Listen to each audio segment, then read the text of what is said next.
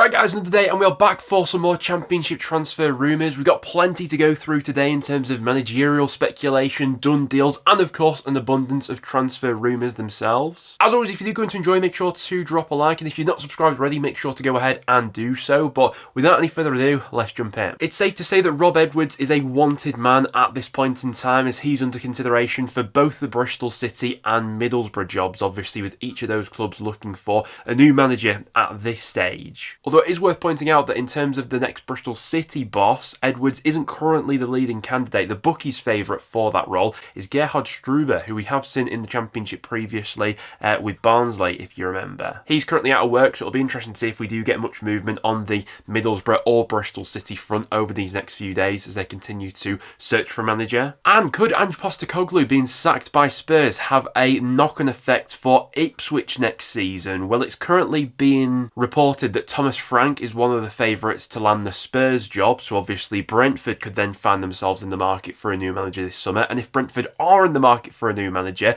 it has been reported that Kieran McKenna would be one of the managers on their shortlist. So we could have a bit of a chain reaction happening in the managerial market over these next few days. Obviously far from ideal from an Ipswich point of view. With McKenna at the helm, I think most would tip Ipswich as one of the favourites for the Championship next season. But if he is poached away by someone like a Brentford, yeah, they'll have a big task on their hands to potentially replace him. In terms of some done deals, we've seen former Middlesbrough fullback Mark Bowler signing for Watford on a free transfer. He spent the last couple of years playing in Turkey, but his contract was up this summer and he's since been poached by Watford. Watford have been pretty proactive during this transfer window so far. That's already 3 fresh faces through the door at Vicarage Road. We've had confirmation of Preston signing Thierry Small. Now, the 20-year-old was offered a new contract by Charlton, but he'd rejected that to sign for North End, and there had been quite a bit of interest in Small this summer. It wasn't just Preston chasing his signature. Millwall have been linked for the past couple of months. Blackburn have been in the mix as well, but Preston have beaten the competition to sign him, and I think that's a really positive addition for North End. In League One last season, only Charlton's Tyrese Campbell completed more successful dribbles than Small did. He's exactly the sort of profile that we were lacking in the squad last season. Only 20 years old as well. I just think this one ticks a lot of boxes for North End. Don't get me wrong, he is still rough around the edges, still a little bit raw in some aspects of his game, but in terms of someone who we can look to develop, we've got him on a long-term contract and we can potentially sell for a profit in the future if he does continue to develop. Yeah, I think that one ticks a lot of boxes. North End will have to pay Charlton a bit of compensation for that deal, despite his contract being up because of his age, but all in all, I think that one's a really good deal for Preston. But it's not all bad news for Charlton, as they have confirmed the capture of Blackpool's Sonny Carey. There had been a bit of Championship interest in the 24-year-old, but Charlton have beaten off all the competition to sign him. It's an interesting one. I wouldn't imagine he's coming in at Charlton as a guaranteed starter, but ended last season in League One really well for Blackpool. He scored 7 goals in his last 8 league matches. Without that great run of form towards the end of the campaign, I'm not sure if he would have had as much Championship interest, but still just 24 years old, he could be a solid pickup for Charlton. We've also had confirmation of Daniel Grimshaw signing for Norwich City, leaving Plymouth after just 1 season. You'd imagine he'd be coming in at Norwich as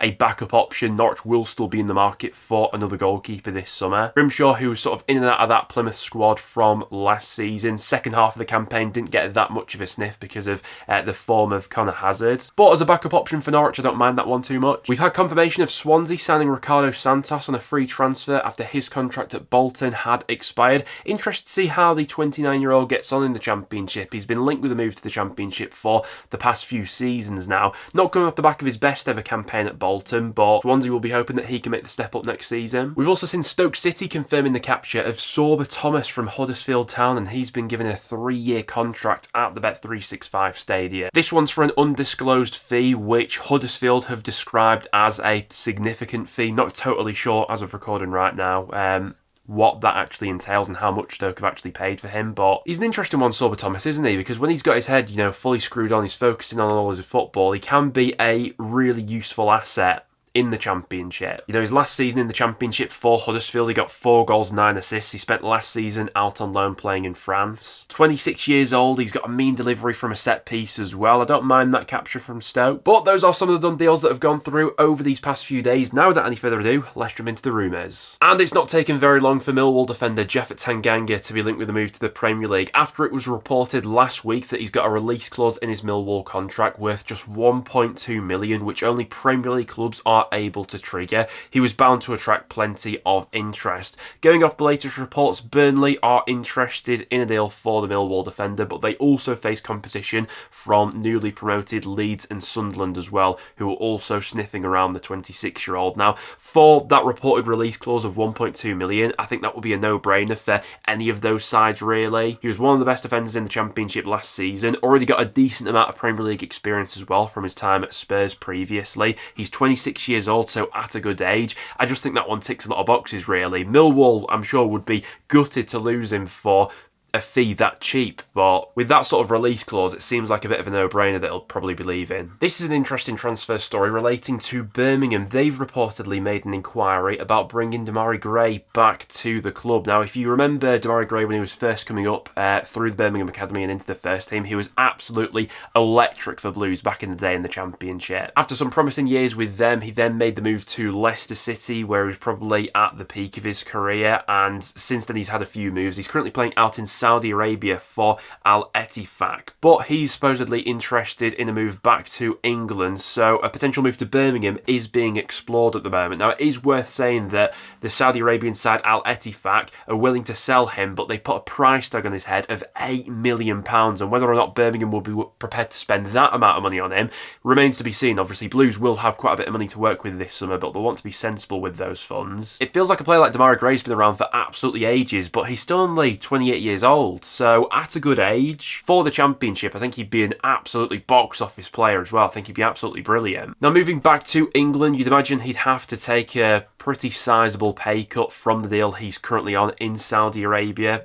According to reports, his current deal with Al Ettifaq is worth just shy of 80 grand a week, and I can't imagine Blues would be prepared to offer him that sort of deal, but something under consideration at this point in time. It would certainly be a lot of fun to have Demarai Gray back in the Championship. It's been well documented that Wrexham are interested in Fulham captain Tom Kearney, whose contract at Fulham is up this summer, but it's important to note that he has been offered a fresh deal by the Premier League club, and so has a big decision to make on his future. Going off reports, Wrexham are supposedly prepared to pay him 50 grand a week in the Championship. Obviously, for Fulham these days, he's not a regular starter, and you'd imagine he'd get a lot more football playing for Wrexham next season, but the chance to stay in the Premier League, the fact that he has been offered that contract extension by Fulham, probably makes the Wrexham move a little bit more unrealistic at this stage, but there could still be a few twists to come in that transfer saga. Speaking of bonkers transfer rumours though, Wrexham are also supposedly interested in Christian Eriksen, who's just been let go by Manchester United and will be available as a free agent this summer. He's 33 years old, was sort of in and out of that United squad throughout the entirety of last season, but still played a decent amount of football for the Red Devils. You know, across all competitions, he made 35 appearances for United last season, scored 5 goals in that time, created quite a few chances as well.